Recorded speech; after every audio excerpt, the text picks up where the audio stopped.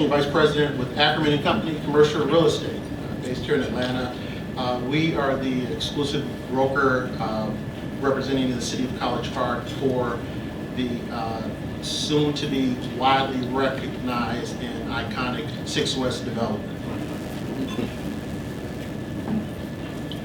Yes, R.D. Jones. I'm the Economic Development Director with the City of College Park and also serve as the Development Authority Executive Director.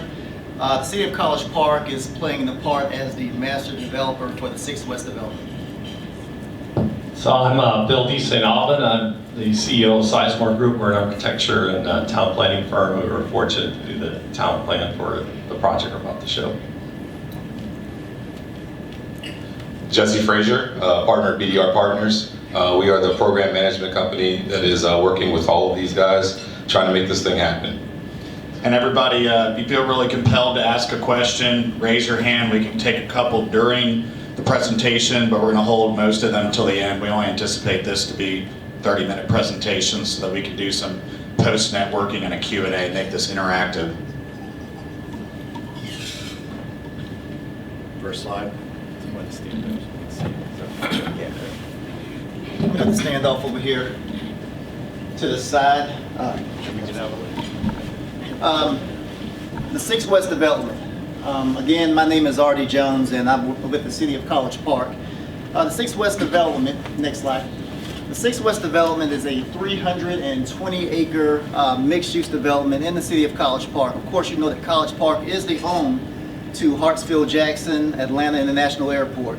College Park is 11.1 square miles in size, and as you can see, we're centrally located, just a couple of miles from 285.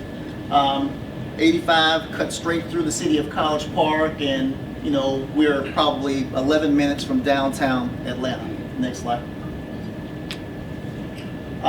As you can see, College Park, or the 6 West development, has a lot of really nice infrastructure all around it. College Park is also the home to the Georgia International Convention Center, which is the second largest convention center in the state of Georgia. We've recently added a new arena in College Park, which is the home to the College Park Skyhawks and also the Atlanta Dream. A part of the 6 West development is the College Park Municipal Golf Course, which is a 9-hole golf course. College Park is also home to Woodward Academy. And there's a MARTA station in downtown College Park also, which makes connectivity to the rest of Atlanta, not just by automobile, by also light rail. So this is a great site overall. Next slide. And I'll turn the time over to Bill D. St. Alban. Okay, as you can see from what Artie said, that this is really a unique site. 350 acres right next to the busiest airport in the world, across the street from the second largest convention center in Georgia. I mean, it's pretty amazing location. I worked on it 2008, and it was owned by City of Atlanta, the College Park, a bunch of different people. And I really didn't think anything would happen until they got it under one control. It was really a pleasant surprise when 10 years later, I guess you just got to wait things out. The College Park had made the strategic moves and got the whole property under control. There may be 1 or 2 small holdouts, but it's 95 to 98% under one owner, which makes some of this scale really unique, but it also makes it a great opportunity. And being the city, they have vision and duties that are really kind of long-term. They're 50-year, 100-year thinking when you're running a city. So it's kind of good to have that kind of an owner too in the game.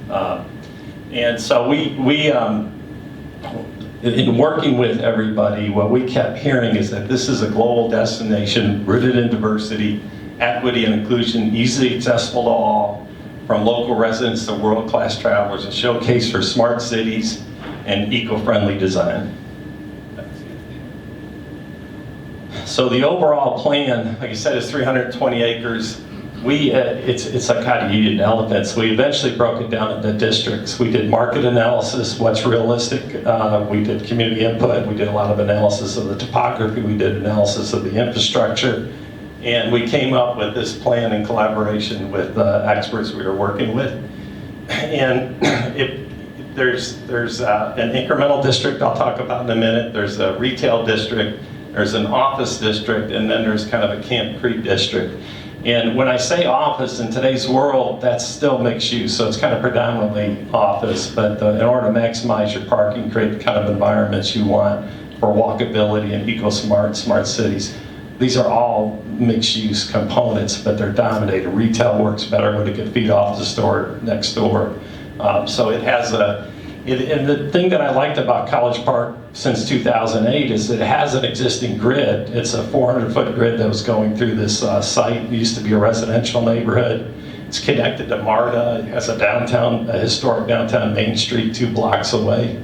And so we kept that grid and extended that grid into the site. And 400, as an urban planner, I like the 200 to 400 range for pedestrian friendly. Cars like the 600 to half-mile range is not pedestrian friendly. So this was kind of a nice blend, so we could put some big building footprints in it, but still keep it really pedestrian friendly.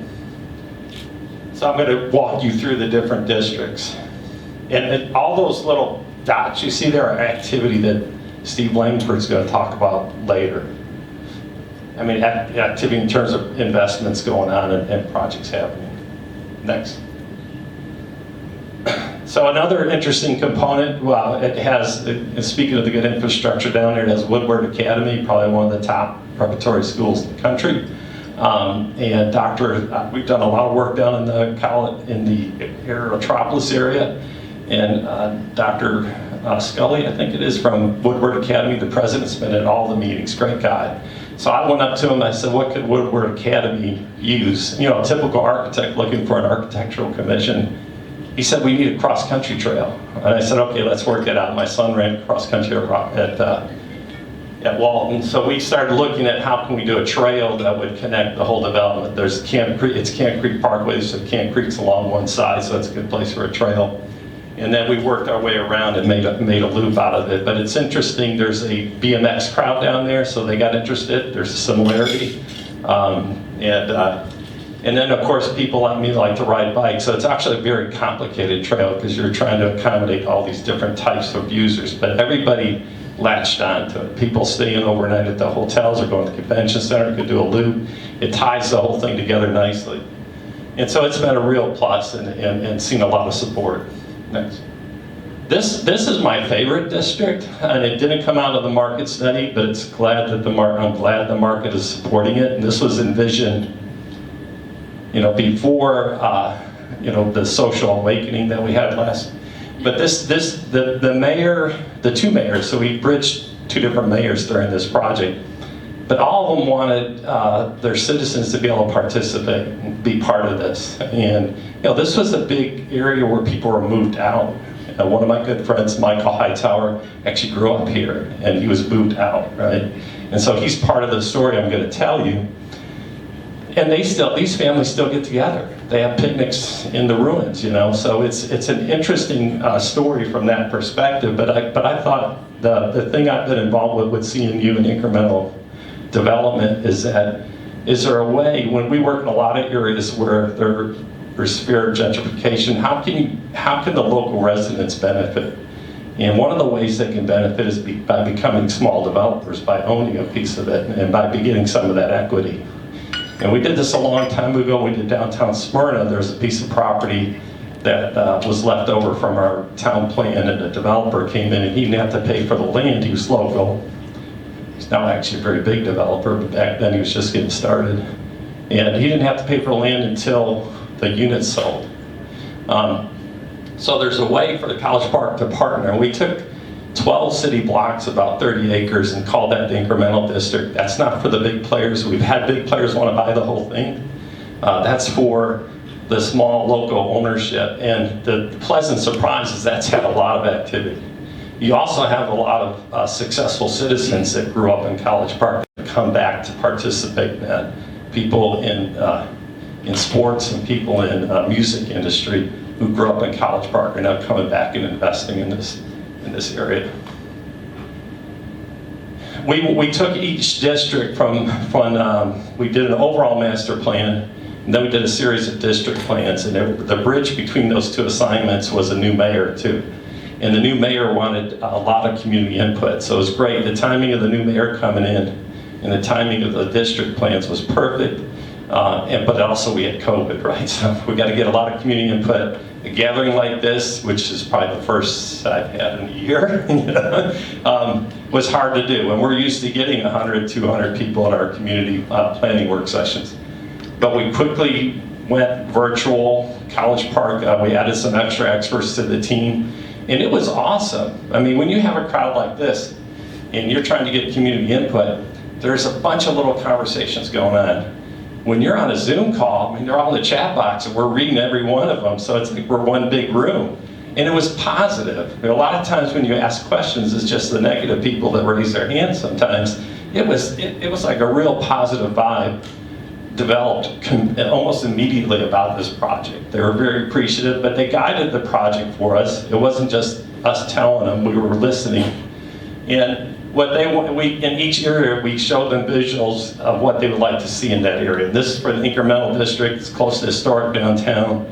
You know, some historic charm, but they're not afraid of modernism as well in that area, but that kind of town scale.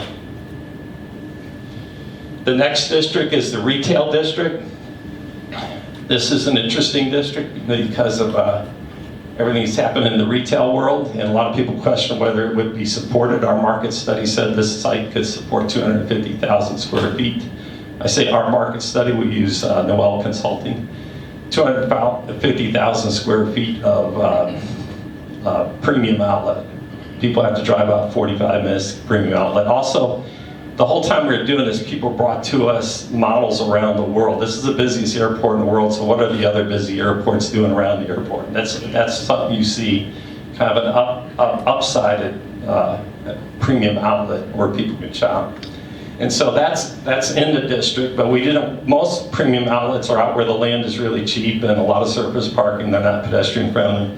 So we developed a strategy to make it a Main Street type layout. And also you'll see down at the bottom, blue is what's highlighted as a cultural building. The Main Street, which is 800 feet long, you don't want to do a Main Street much more than 6 to 1,200 feet. So it's 2 city blocks, structured parking on either side, kind of like the Battery you pop through, the parking's all hidden. But then we created this big park, like the 4th Ward Park. It's for all the low points, so it's retention for the whole incremental district and the retail district, so that they don't have to provide stormwater retention and quality. But then that made the parking deck facing this green space, so that's a big rock, that's a big climbing wall, the whole face of that parking deck. So you see these are some of the images that the city, that the citizens really like for that area. Next. In the retail district, what overall, after we got out of the incremental district, they're very interested in kind of an industrial look and a modern look, which I thought was appropriate for being by the airport. Airports are port cities, so that kind of industrial feel to it, and it works well on kind of a mass timber nut. You can make a simple mass timber building in an industrial box. But also there's some of the airports around the world are doing amazing things near the airport, and so we were kind of challenged to look. There's one that has a 500-foot waterfall in the middle of it. Everybody kept showing me, so we were challenged to do something unique. So we're proposing a mass timber covered area, partly because of the acoustics. Previous schemes on this site had a sky dome over the Main Street, and so that retail area we're proposing a glass thing to keep the noise down a little bit. And then this is just the Cultural Museum, which there's been various interest in looking for the right partner in that. The College Park, I think, is interested in owning it. It's more about finding the right operator. And if I'm wrong, they'll correct me. This is just some more research we did on that as we got ready to talk to one of the interested parties. The office district is really interesting to me. We drastically changed the plan when we, because of COVID, made it a lot more outdoor spaces, courtyards, and seeing that the new office market is going to be kind of moving in that direction. It's the one area where incremental district, there wasn't a market analysis that told us to do that. The office, there was demand for 500,000 square feet in 5 years. That's pretty healthy, but But the way our market analysis work, it can't predict corporate relocations. This was one of the 8 sites we submitted for Amazon as a region. And we've had calls from people overseas wanting to have a North American headquarters because you're so close to that hub. So we jumped it up to close to 2 million square feet. Don't know if that'll happen. It would take a major corporate move, I think, to make something like that happen. But we got it zoned for that capacity. We got the infrastructure for that capacity, so it's ready for that. This is another one where I think COVID may have got the best of us. And we saw how restaurants really took a hit, but drive-thrus did great, right? In the past, those people ended up making money closing down their dining. These are all great sites along Camp Creek. And so we did a series of restaurants. This is where all the Delta workers come out at that main entrance. Really want a high-end hotel, kind of like what Porsche built at the entrance. And then these restaurants. But actually, as we begin to talk to developers, this land is too valuable. This land is, there's a lot of interest, and all that's going more vertical at this point. And then the golf entertainment district. One thing about retail, besides the premium outlet model, is retail's become experiential. You can't have a crowd like this on the internet and talk to people and see their facial expressions. So retail is an experiential, or it's Costco, or it's convenient. Those are probably the 3 models left, right? Well, this is experiential, so we wanted a place that people just want to go. There's multiple things to do. And so the golf entertainment district was all about upgrading the current golf course. Already went out and found a great golf course planner we're working with. Golf entertainment, similar to a Top Golf. There's a hotel out there, and then like Barnsley Garden, because you're in the flight path, there is a residential district, but it's outside the decibel level, so you can't put a lot of residential in here, which is really hard on mixed-use financing. That's usually what's been driving all this mixed use, is let's put a bunch of apartments in there and they'll make the numbers work. But what we did that's along those lines is similar. There's a little, like Barnsley Garden, there's a little cottage neighborhood right in the golf course. It's all rental. You can go do a wedding there. All the families can come there. You can do an event, a corporate event. Everybody get their own cottage. And so that was the plan for that. And of course, nothing's really successful without breweries these days. So we got breweries along the edge of the park on the second. There's 1, 2, 3 parks. The other thing about there's actually 4 parks. There's a 50-foot wide sidewalk, and this was pre-COVID for the main street. And it was really kind of a forest garden going down the middle of it. But then we looked at that, and I was worried about being able to see through that for signage and all this stuff. But what that really worked well for when we started rethinking things after COVID is all these restaurants are going to want to spill out beyond the outside. So that 50 feet becomes a little more hardscape and softscape. And so it's an immense area. It's for areas for the restaurants, kind of like places in Barcelona where a lot of the dining happens outside. And then we do have design guides. We have regulating lines. I mean, the big thing, and we've been talking to one developer recently. Somebody told me a long time ago, mixed use for development, they want every other property around them to be under strict control, but they want to be able to do whatever they want in their piece, right? So we have to have design guides, because people are making investments down here. They got to know what they're building next door isn't going to hurt the value of what they're doing. So we began to work on those and have these regulating controls. And a lot of that's to assure the pedestrian quality too. Want the buildings up to the street, much like a mixed-use walkable environment. And I'm going to turn it over to Steve, because he can talk about all the activity that you guys are probably interested in. Thanks, Bill.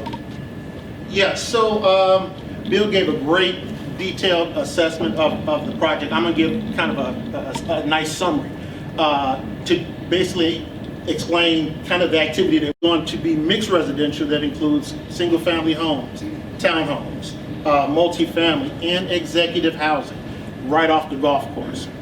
In addition to that, don't need to necessarily recap some of the things that Bill may mention, but some of the things that I think that are worth noting particularly for those who may have interest. With the retail section, he pointed out the sky roof or the canopy. The plan actually calls for barriers within to block the street off to actually make that at times that the city chooses to make it a true pedestrian plaza. Pretty noteworthy. And unfortunately, time limits us from being able to provide you kind of a detailed visual of some of the architectural renderings that we have in place, but it's worth noting. Another thing that's worth noting is also the entertainment aspect of it. As Bill pointed out, again, not to rehash that, but I think it's worth noting, the beauty of this project is that there is a pedestrian bridge. If you can see here under Napoleon Street, RFP will go out shortly for to actually build this pedestrian bridge that actually connects this project 6 West to the Georgia International Convention Center across the street and the brand new Gateway Arena. So this area will be transformed in major ways. What makes this project so appealing? A number of things. Obviously, it'll be a true live, work, play destination, but it will have connectivity. But the most important thing is affordability, connectivity, and accessibility. As already mentioned, there's a MARTA station right there in downtown College Park, but what people don't know is that the city of College Park actually has 2 MARTA stations. The MARTA station is in the airport, actually is in the city of College Park as well. It has access to 3 interstates, I-85, 285, and I-75, all in nearby proximity. So when you talk about and not to mention, of course, the obvious one is the SkyTrain that actually takes you from this area directly into the airport. So when you talk about connectivity, accessibility, now amenities, and we're going to talk about affordability. We don't have time to get in that, but I can tell you relative to other major projects around the city, this project is hands down more affordable for a business to relocate. And for those who might be interested, our office district, we're focusing specifically on obviously corporate relocation, but technology firms, life sciences, biotech, pharma, research and development, and aerospace and aviation. So if any of you have any clients that are looking for a great location, I'd love to speak with you and share more details about this project. Now that being said, so of those, the properties that we currently have on the contract, that's roughly around, like I said, about 87 acres. So let me put that in perspective for you. The first phase of Avalon, for those who are familiar with the Avalon development, that first phase encompassed only 88 acres. So right now, with what we have under contract and we're in the discussions with, we're pretty much at a point in terms of the size of the whole Avalon Phase 1 development. And so there's room for more. We anticipate our Phase 1 for all these contracts to break ground in 2021. So Phase 2, we anticipate extending those additional sites that we currently don't have under contract. Let's see. Another thing that I think is worth noting is, I think that's it. Here's more. Here's more phase 1. So, all right, so now I'm gonna turn it over to Jesse, and he can actually speak. Jesse's the quarterback. He's up keeping this all together, so he can speak in more detail to let you know how all this is actually coming together. So yeah, our company's been working in College Park for years. We've been doing a lot of work down at Woodward Academy, and then we just completed the GICC, the Gateway Center Arena. So we're very familiar with the area, understand all the players. So in December, I got a call from RD saying, you know, we need some help. You know, we were ready to get this thing started, and we just need some help on bringing the team together. And of course, I said, yeah. I mean, 320 acres, you know, this big development. Who says no? I should have asked a few questions, but I didn't. What I didn't ask was, you know, what's the timeline? Didn't ask those questions. But Steve and RD and Bill, a great plan and a lot of energy, and it's going fast. So as Steve said, there's a lot of the developments that are already closing, which means we need to get going. Steve already mentioned that we're starting construction in 2021. We're already in 2021. So what that means for us and our team is we meet every week, and we really just have calls understanding, okay, what are the projects that are going to be phase 1? How are we going to get kicked off? So we really understood, you know, you see some of these areas, Camp Creek, so we already had the Gateway Center Arena, we already had GICC, so there was already a mass of people that were right across the street at Camp Creek. How do we get those people across to this whole development? So there's a pedestrian bridge that's part of phase 1 coming across Camp Creek, going across there. Then we're looking at Road Street. So as you come down where Gateway Center Arena is, you're going to come straight across the street where that the red line going kind of diagonal on the page. That's where phase 1 is. So we were on the call the other day and we said, I kind of mentioned something. I said, so are we going to build it and they come, or do we let them come and build it? The developers are like, you better build it first. So now we are doing the infrastructure. They want to make sure that there's confidence that the infrastructure is in place. The roadways, those 2 roadways that you see in red are going to be in place at least so they can branch off. When these developments are purchased, the lands are purchased, they're going to have all the underground utilities, the roadways, the sidewalks, the above ground utilities as well, and that's all getting in place. But there's also a creek running through here. So you have a lot of variances, you have a lot of wetlands, so there's a lot of permitting that's to go along. So we're already sitting at March, and we really need to put something in the ground by June so these developers can sell. So, when we leave here, we're getting back to work. But that's what phase 1 really has, and it's been great working with this team, putting together the budgets, the timelines, but there's a lot of players. I mean, you're talking about the City of College Park, you're talking about Ackerman, you're talking about Sizemore Group with the master plan, but then you're talking about each individual developer. You're talking about what they need, making sure we have that in place. So there's a lot of players going on, and it's very exciting, very fast paced, but this is what we are, and we're committed to making this happen. We're ready. And in closing, yes, we are ready. The site, the DRI has already been completed. The zoning amendment was completed back in July 2020. The district plans, as Steve has been talking about, has already been adopted by the City Council also. We've already had the groundbreaking this past October. Yeah, actually, the groundbreaking has already happened. Back in October 2020. And then, of course, financing strategies is always underway. Of course, our financing strategy has changed drastically due to COVID-19.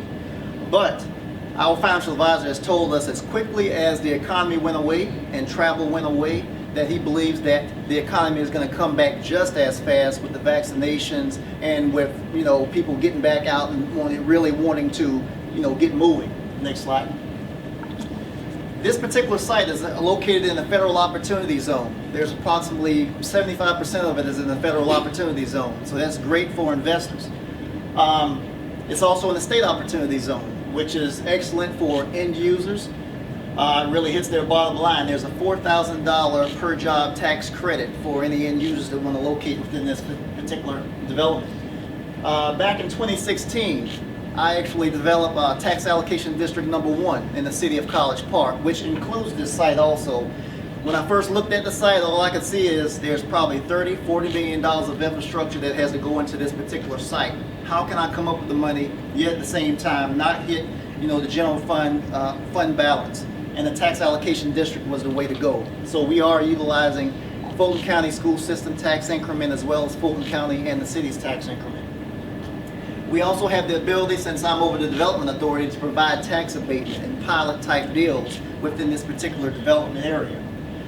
Streamlined permitting. Anytime we sit down with a developer, anytime we sit down starting a development, breaking the ground for a new development, we sit down with the developer. I have all the disciplines around the table, and we start to go from that point forward, and we have streamlined permitting to be able to get, time is money, and we just want to get the project moving forward quickly. We have regional retention for the incremental district. That was the area where the smaller businesses would locate within this particular development. Of course, the developments like the office district would be responsible for their own stormwater detention. And then, of course, we talked about the amenities, the 5K trail, the landing park, the 6-acre park. Those are amenities. Looking at COVID now, everybody wants to be outside. Everybody doesn't really feel comfortable being indoors like this, but at the same time, this particular development takes post-COVID into consideration when you look at getting people to come and to spend their dollars. The entire site is entitled, and of course, we have a parking plan in place so that we can build a very dense development overall. So I guess at this time, I guess we'll be probably taking some questions from you guys.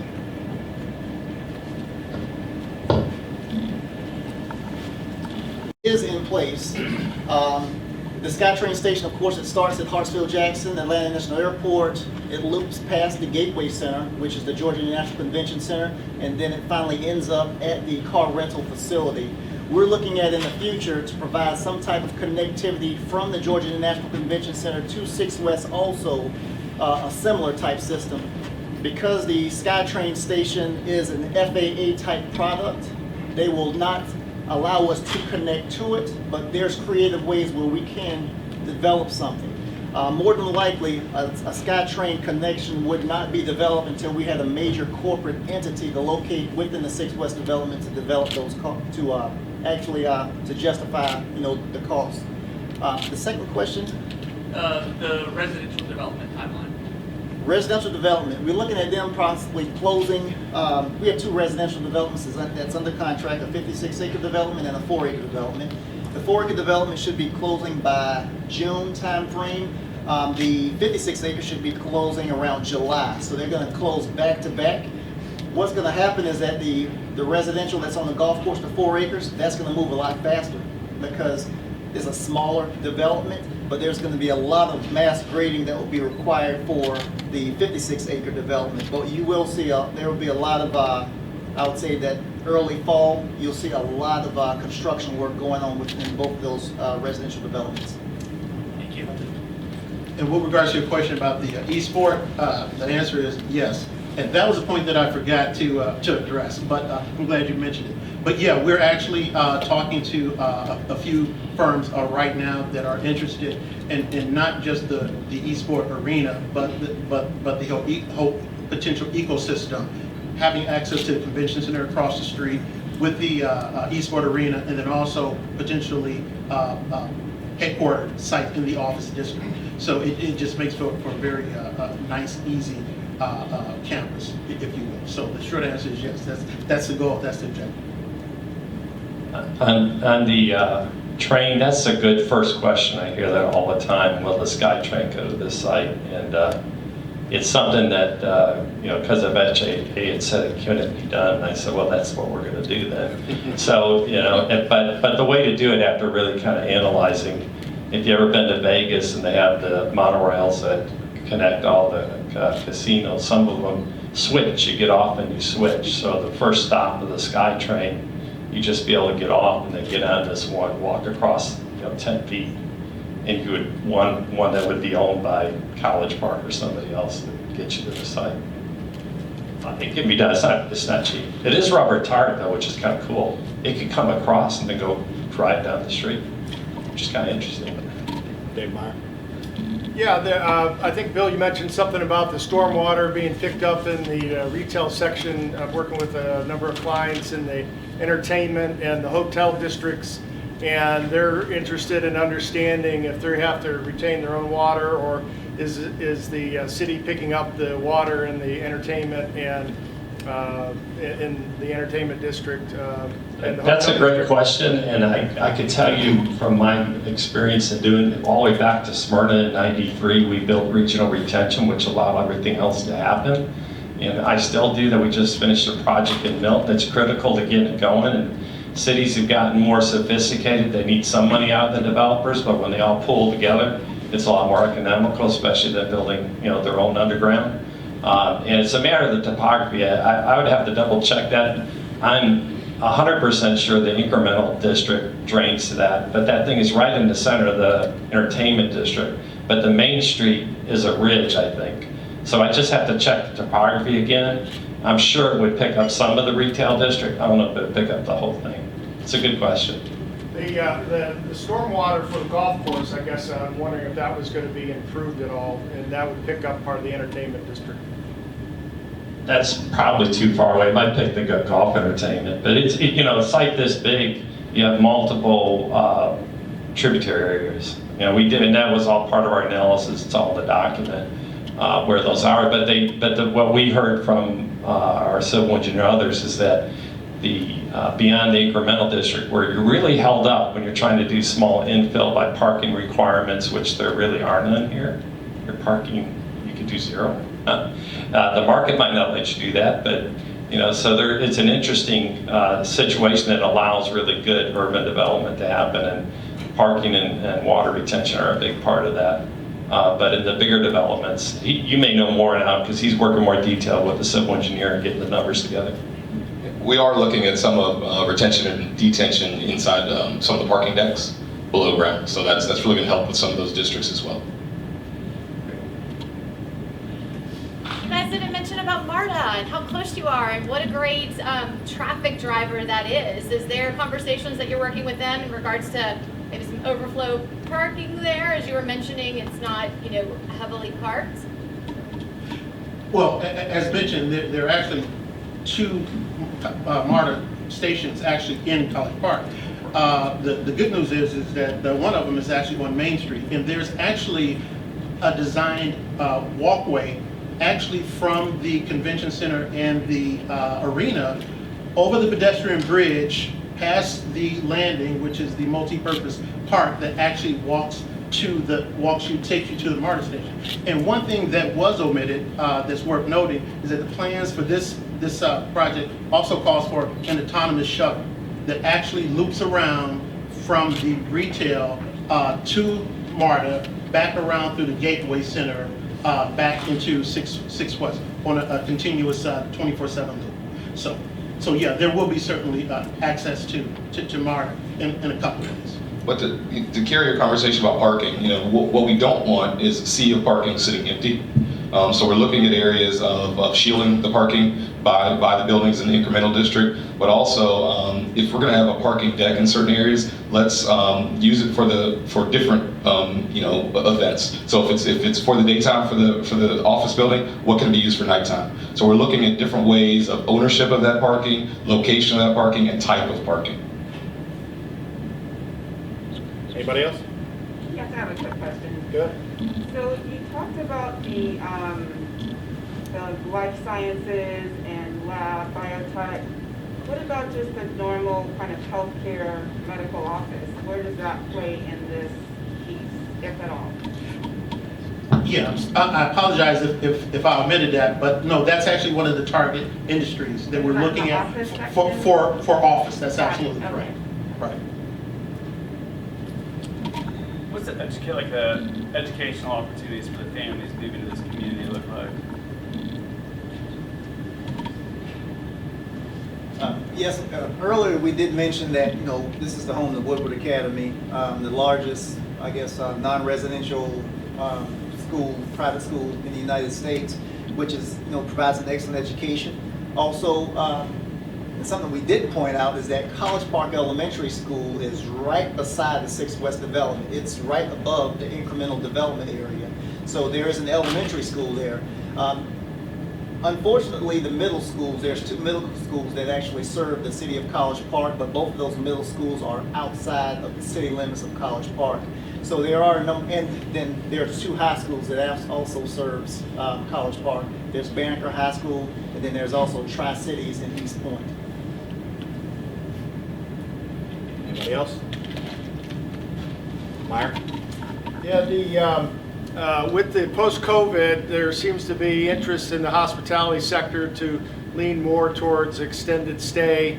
And I know the city's been open to have dual brand hotels, but I'm wondering if there's any thoughts on, changing the sentiment to allow more extended stay centric hotels to come into the district. And this is from a city council perspective, not from me. Right now, the sentiment is that we would like to not add a number of extended stay hotels in the city of College Park, although we have approved a home 2 suites in the city of College Park at the Gateway Center, which is kind of unheard of. At the Gateway campus, there's 4 hotels there now. We have 3 additional hotels that will be built there over the next 2 to 3 years, depending on occupancy levels, increasing due to COVID.